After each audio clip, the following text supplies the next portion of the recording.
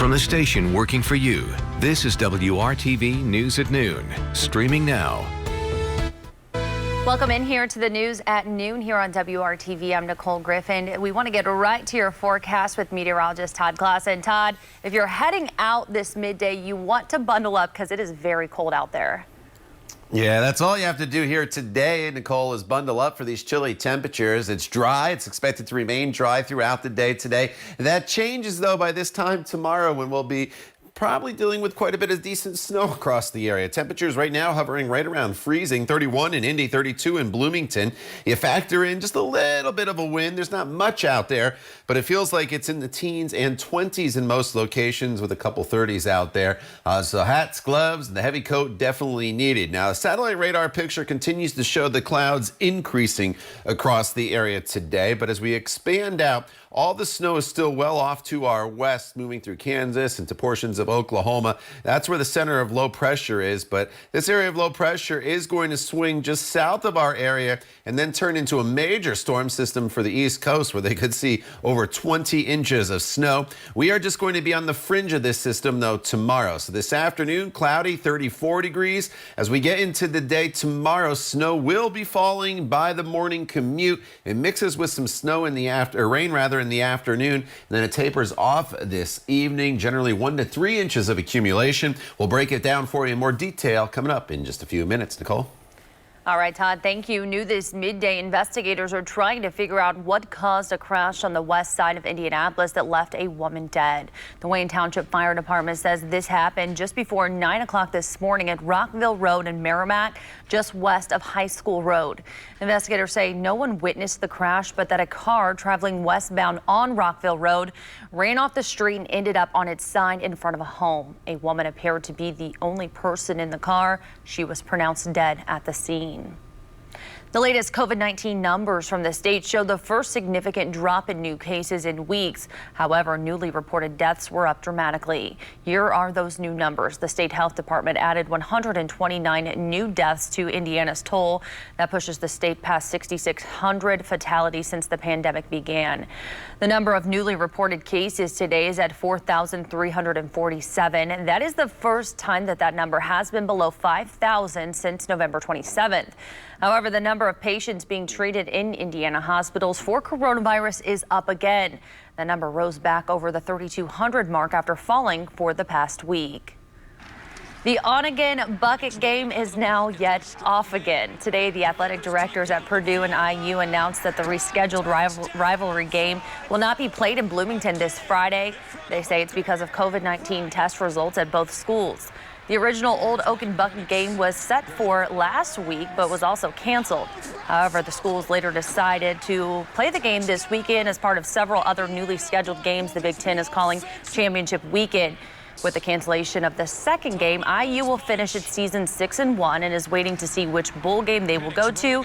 Purdue finishes its year at 2-4. With so many students learning at home, a major challenge has been making sure students have access to high-speed internet at home. But that may not be as big of a hurdle in the near future. Today, the mayor's office announced a pilot program that will bring high-speed internet directly into the homes of students. The program is being paid for with money the county received with the Federal CARES Act, as well as grants from the Richard M. Fairbanks Foundation and the Lilly Endowment. For schools, it means potentially closing not only the digital divide, but also one that is largely along racial lines. Many of our families were and have been and continue to be disproportionately impacted in a number of ways. And most notably, as others have mentioned, the digital divide grew even wider. We gave surveys last spring that showed that more than 30% of our families did not have reliable access to technology or internet service at home. The program will begin in February in 6 schools, and it will also be available for students to use at the Ivy Tech Community College campus right here in Indianapolis. The city-county government will decide next September whether to expand the network to students at every school in Marion County. Vice President Mike Pence is on his way back to his home state. The visit coincides with the national rollout of the COVID-19 vaccine. Pence is visiting Catalent Biologics in Bloomington just a few hours from now. The company is partnering with multiple companies on COVID-19 vaccines and treatments. We will bring you live coverage of the Vice President's visit on the WRTV News app. Healthcare workers all over the country are getting the first doses of the vaccine, and that includes hospital employees here in Indianapolis who will start getting the shots as soon as tomorrow. ABC's Rena Roy has more. The doses are rolling out and frontline workers are rolling up their sleeves. America now on its way to healing. Critical care nurse Sandra Lindsay of New York was one of the first in the nation to be vaccinated. No pain, no feeling of tiredness, no malaise, just feeling great. 9 months into the pandemic, a sigh of relief from healthcare workers taking part in the largest vaccination effort in U.S. history. From Florida and Louisiana to Texas and Colorado. I feel safer about coming home to my family at night after having this vaccine. A recent Pew Research survey shows 61% of white Americans and 63% of Latinos would get the shot, compared to just 42% of black Americans. Those on the front lines leading by example in hopes of diminishing skepticism. To people who might be on the fence, they should trust the science and feel comforted knowing that the vaccine is safe. What is not safe is contracting COVID-19. On Monday, the U.S. topped 300,000 deaths, 17,000 in the last 7 days, 101 fatalities an hour. Hospitals overwhelmed with a record number of COVID-19 patients. We are still in a terrible situation with the numbers. Health experts warn things will only get worse when it comes to deaths over the next few months, reminding people to follow safety precautions. So we've got to get people vaccinated as quickly and as expeditiously as we possibly can. But in the meantime, we have to adhere to the public health measures. Operation Warp Speed says about 50 million people will likely be vaccinated by the end of January, with the general population getting access to vaccines by March and hopefully herd immunity by summer. But it is still unclear how long the effects of the vaccine will last. Rena Roy, ABC News, New York. Rena, thank you. You see the email for a Zoom invitation, but should you click on it? Next, the reason we need to be extra careful in the age of the daily digital meeting. Todd. And Nicole, all is quiet across central Indiana here this afternoon. The clouds are rolling in, but those clouds are rolling ahead of our next storm system that is going to bring some snow to most of the area. It arrives by daybreak tomorrow. You see it there off to the west. We'll break it down for you hour by hour coming up when the news at noon continues right here on WRTV.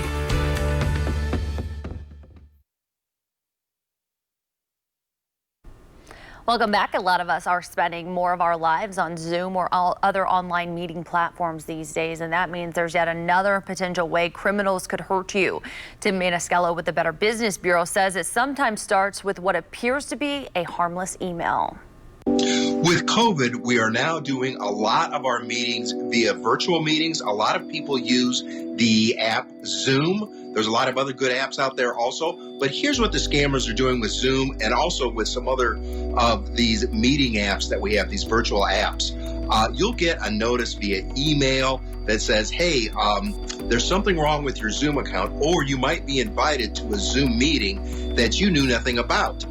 So what the scammers are wanting you to do is to click on that link, and then that link could download some malware into your computer, or they may want your Zoom account information, your user ID, your password, those types of things. So just be very, very careful. If you get some sort of message that says, hey, there's a Zoom meeting that you've been invited to, or you're missing a Zoom meeting, or that there's something wrong with your Zoom account or any of these other virtual meeting accounts, and you're really not familiar with who sent this or what this meeting is about, or is something that you just are not really familiar with, be careful before you click on that link. Check it out. Make certain that it really is a legitimate meeting, and that you should be going to this meeting, or you should be clicking on that link, because once again, what the scammers are doing is they want to get into your computer by downloading some malware and you clicking on that link. So just be very, very careful of these types of things. The scammers are out there, and they're trying to make you think that you've missed a meeting. All right, Tim, good advice. Thank you so much. There's more information about this and other scams at the Better Business Bureau's website, bbb.org. You'll soon be able to leave the change at home. Next, the new system that INDYGO says will get you on and off the bus much faster. We'll be right back.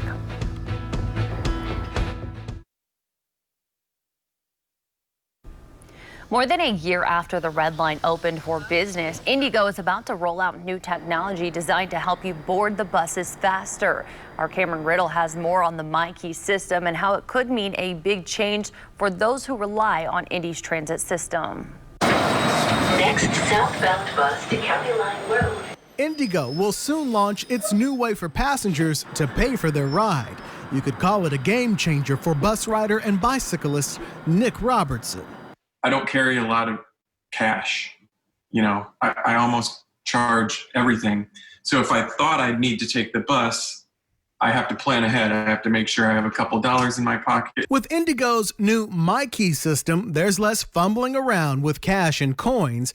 You can pay for your ride with an app on your phone or the tap of a card. It'll make life easier for Robertson, who, when he's not working from home due to the pandemic, tries to travel as light as possible since his commute to work downtown is half bike ride, half bus ride. If I had MyKey and had a pass loaded up, just ready to go and click right up when I get on the bus or on the platform, I think that would make a difference for me. If you think you've heard of MyKey before, you have. The concept caused issues during the launch of the Red Line last year.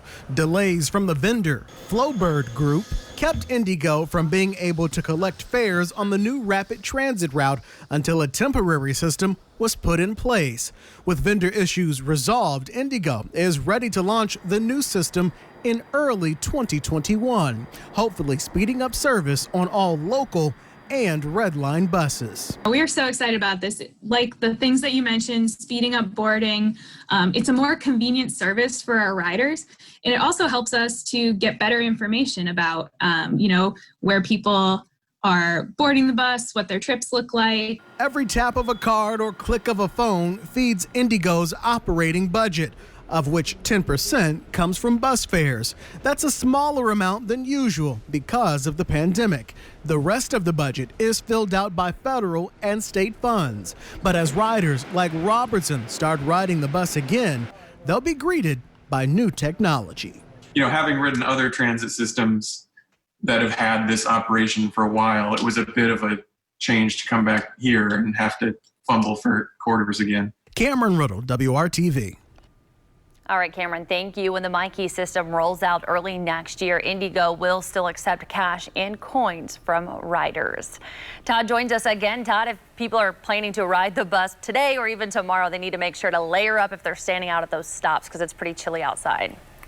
Yeah, that's all you really need to do today, Nicole, is bundle up. Now, as you start to think ahead to tomorrow, there's likely going to be some light snow falling by the morning commute and then off and on throughout the day as well. Here's a view from downtown looking off to the west past White River State Park and beyond, and you can see the clouds already starting to roll in. That's out ahead of our storm system that is going to arrive tomorrow. Temperatures are in the 20s and 30s, so everybody except for Shelbyville still below freezing at this noon hour, and temperatures are not really going to go up a whole lot here as we work our way throughout the course of the remainder of the day. This is what it feels like out there right now when you factor in the wind and you see it feels like it's in the 20s, and that's why you'll need the hat and gloves. And here's where our high temperatures are going this afternoon, anywhere from 31 in Peru to 37 in Bloomington, as well as the Columbus area. All right, let's shift our focus beyond today now and into the day tomorrow, because it will be a Storm Team 6 alert day tomorrow, as this first decent snowfall across the area will impact us. I know we had a little bit a couple weeks ago where eastern locations saw a little bit more. So this is going to be a little more widespread. The center of the storm system is there spinning away in the Texas-Oklahoma panhandle. And this area of low pressure is going to make its way across the country, and it's going to turn into a major winter storm. You're probably going to hear a lot about it in the coming days for the Northeast, where they could see anywhere from 15 to maybe even 25 inches of snow and near blizzard conditions. conditions. We will not see that. We are just going to be on the western fringe of this system as it makes its way across the country. The timing of the snow, it arrives overnight tonight. In general, about 1 to 3 inches of accumulation. The impact would be slick roads, especially tomorrow morning when the sun is not up yet. During the daytime hours, temperatures are going to get to right around freezing. So if the roads are treated and temperatures are around freezing, as the snow falls, a lot of that's going to melt away. We're not going to get all that 1 to 3 in a short period of time. It's going to be more of a light snow that's prolonged throughout the entire day. And you can see these snow showers moving in already by the morning commute. Throughout the morning commute, likely light snow falling across the area. And then that snow is going to continue to fall throughout the course of the afternoon, mixing a little bit here in southern locations with some rain as the temperatures come up, where you do see some mixing, probably about 1 to 2 inches of snow. But most areas generally 1 to 3, with northern locations probably missing out on the bulk of the moisture. Lafayette to Peru, you're probably right around 1 to 2 inches. And here's some specific numbers in some of your hometowns coming in from the model, and it agrees with my thinking of about 1 to 3 inches of snow across the area. It's not going to seem like all that much because, again, temperatures throughout the day will eventually climb up to right around 34, 35 degrees. So there will be some melting, maybe not so much on grassy areas, but definitely on treated roadways. Then once we get past Wednesday, temperatures are into the 40s for the weekend. And by next Monday, temperatures will be up near 50 degrees. So people are asking, is this going to leave us with a white Christmas? There's no way, Nicole, at this point. Any snow that does fall throughout the day tomorrow is going to melt away by the weekend. All right, Todd, thank you so much. Well, millions are in the path of that major winter storm Todd just told you about. It's threatening to disrupt an already overworked shipping industry. Carriers are trying to move those first doses of the COVID-19 vaccine while keeping up with the higher than usual holiday demand. ABC's Gio Benitez has more. Today is the big deadline for ground shipping, but even so, experts tell us that your packages may still arrive late, and that's because you have 3 major events happening all at once. This morning, the trifecta of challenges for shipping companies from coast to coast, an unprecedented vaccine distribution effort, record-breaking shipments, and now that massive winter storm hitting the Northeast. Today is the last day to get your ground shipments out in time for a Christmas delivery. An estimated 3 billion packages will be delivered this holiday season, dramatically more than last year's 2.2 billion. Now all eyes on that major nor'easter affecting more than 55 million people. UPS, which has been shipping 34 million packages a day, telling ABC News our in-house meteorology team continues to monitor the weather and will make contingency plans to route the packages around the storm. And if you missed today's ground shipping deadline, your best bet is to select that more expensive air shipping. But again, I can't stress this enough, that does not guarantee that your packages will arrive on time. Gio Benitez, ABC News, New York. All right, Gio, thank you. Well, when we come back, it is time for Pet of the Week. We'll show you Roy, and we'll see if you'd like to take him home to be a part of your family this holiday season. That's coming up right here on WRTV News at Noon.